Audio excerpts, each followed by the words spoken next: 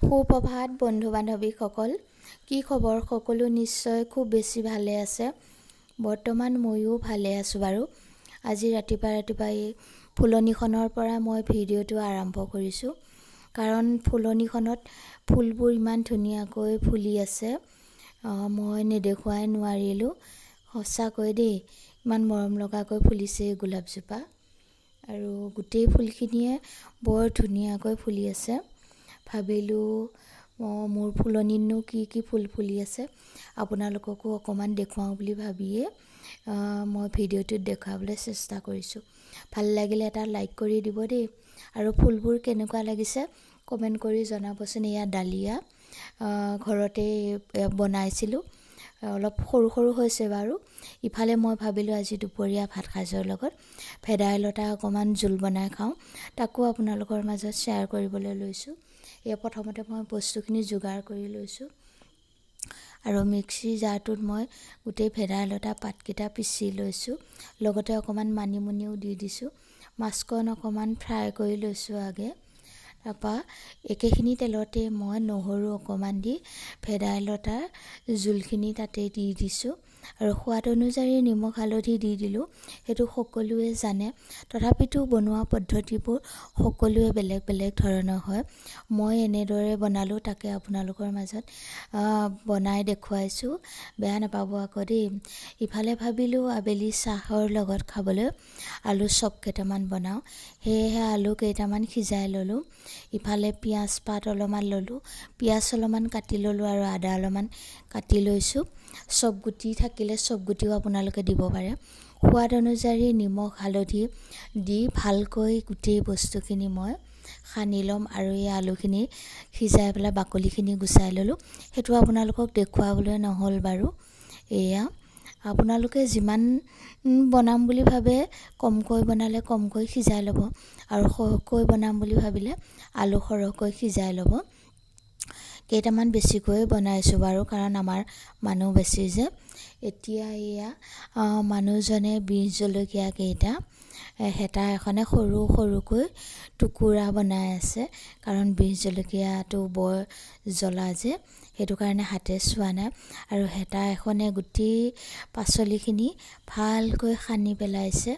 আৰু ইফালে এয়া বেচনৰ পেকেটটো লৈ ল'লোঁ। বেচন এতিয়া মই জোখমতে এটা বাতিত লৈ লৈছোঁ, আৰু সোৱাদ অনুযায়ী অকণমান নিমখ হালধিও দি দিছোঁ। ইফালে এয়া সানি লোৱা আলুখিনিও মই পাচলিখিনিৰ ওপৰতে দি দিছোঁ। এতিয়া ভালকৈ মঠিব লাগিব গোটেইখিনি বস্তু, যিমান মঠিব সিমানেই চপকেইটা ফালে এয়া মানুহজনে সহায় কৰি দিছে, কাৰণ ঘৰতে বনোৱা চপকেইটা খাবলৈও ভাল লাগে, আৰু যিহেতু সুবিধাখিনিও আছে ঘৰতে। এতিয়া পিঁয়াজ পাতৰ দিন হয়, সেইটো কাৰণে ভাবিলোঁ প্ৰতি বছৰে বাৰু বনাই খাওঁ। ভাবিলোঁ মই খাইছোঁ যেতিয়া আপোনালোকৰ মাজতো অকণমান শ্বেয়াৰ কৰোঁ। যদি চব বনাবলৈ নাজানে, খাই ভাল পায়, মোৰ ভিডিঅ'টো সম্পূৰ্ণকৈ চালে আপোনালোকে ঘৰতে বনাই খাব পাৰিব। আমি হোটেলৰ পৰা কিনি আনি খোৱাতকৈ এনেকৈ যদি ঘৰতে বনাই খাব পাৰোঁ, খাবলৈও ভাল লগা হয়, আৰু ল'ৰা ছোৱালীকো মন পচন্দকৈ খুৱাব পাৰিব। এয়া বেচনখিনি গুলি ল'লোঁ, আৰু এখন কেৰাহীত মই অলপমান মিঠাতেল দি প্ৰথমতেই সিজোৱা আলুখিনি অলপমান সময় ভাজি ল'ম। ভাজি ল'লে তেতিয়া চপকেইটা বৰ ধুনীয়া হয় খাবলৈ। এয়া লাহে লাহে লৰাই আছোঁ, যিহেতু সৰহ হয় আলুখিনি। গোটেইখিনি মই ভালকৈ ভাজি ল'ম যাতে মিলি যায় গোটেই বস্তুখিনি। এয়া ভাজি হৈ গৈছে মোৰ। এটা ডাঙৰ চৰিয়া লৈ লৈছোঁ, চৰিয়া লৈ গোটেই ভাজিখিনি কাঢ়ি থৈছোঁ। যিহেতু চব বনোৱা আগতে এইখিনিহঁত ভাজি লৈ অলপ সময় ঠাণ্ডা হ'ব দিব লাগিব, তেতিয়াহে চবকেইটা ভাল হ'ব। এয়া মই লৰাই আছোঁ, সোনকালে ঠাণ্ডা হ'বৰ কাৰণে। বহুত গৰম হৈ থাকে, গৰম হ'লে বনাবলৈও বেয়া হয়। ইফালে আকৌ মই কেৰাহীত তেল অলপমান দি ল'লোঁ। ইফালে এয়া মানুহজনে ধুনীয়াকৈ চপৰ আকাৰত সাজি দিছে, আৰু অকণমান দি চাইছে তেলত তেলখিনি পকিছে নে নাই। এতিয়া তেলখিনি পকিছে, এটা এটাকৈ ধুনীয়াকৈ বেচনত ডুবাই থৈছে আৰু বেচনৰ পৰা এটা এটা কেৰাহীত দি থাকিব। আপোনালোকে ভালকৈ চালে নিশ্চয় ধৰিব পাৰিব আৰু বনাবও পাৰিব। একেবাৰে সহজ, কিন্তু প্ৰথমতে বস্তুখিনি গোটাই মেলি লওঁতে অকণমান টাইম লাগে বাৰু। এনেকৈ এটা এটাকৈ দি দিব লাগিব। অকণমান যেতিয়া ৰঙচুৱা হ'ব তেতিয়া এটা এটাকৈ লুটিয়াই দিব লাগিব।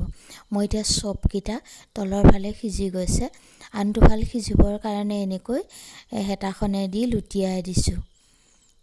আৰু দুইটা ফাল যেতিয়া ৰঙচুৱা হ'ব তেতিয়া জানিব আপোনাৰ চব নমাবলৈ উপযোগী হৈ গৈছে। জুইটো ঠিক হ'ব লাগিব। ইফালে চপৰ বৰ ধুনীয়া কালাৰ এটা আহিছে আৰু নমাবলৈও হৈ গৈছে চবখিনি। মই কাঢ়ি দিলোঁ। এনেকৈ এখন জালিত কাঢ়ি দিলে তেতিয়া তেল অকণমানো নষ্ট নহয় আৰু চবকেইটা ফচফচীয়া হ'ব। যদি খোৱা নাই এবাৰ হ'লেও খাই চাব আৰু কেনেকুৱা লাগিল খাই কমেণ্ট কৰি জনাবলৈ নাপাহৰিব। হোটেলৰ পৰা আমি আনি খোৱাতকৈ এনেকৈ ঘৰতে বনাই খালে বেছি সোৱাদযুক্ত হয়। যদি খোৱা নাই এবাৰ হ'লেও খাই চাব দেই।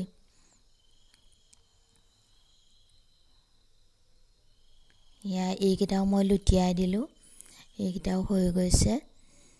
চাহৰ লগতো খাব পাৰিব আৰু ভাতৰ লগতো খাব পাৰিব আপোনালোকে। আলহী যদি আহে আপোনালোকে আলহীকো চাহৰ লগত বনাই দিব পাৰিব। ইফালে আৰু কেইটামান এনেকৈ বেচনত ডুবাই থৈ তেওঁ কেৰাহীত দি দিলে আৰু মই এটা এটাকৈ লুটিয়াই দিছোঁ। এনেকৈ যেতিয়া বাদামী কালাৰ এটা আহিব তেতিয়া চবকেইটা হৈ গৈছে বুলি জানিব পাৰিব। আৰু এনেকৈ ধুনীয়াকৈ কাঢ়ি দিব তেলৰ পৰা।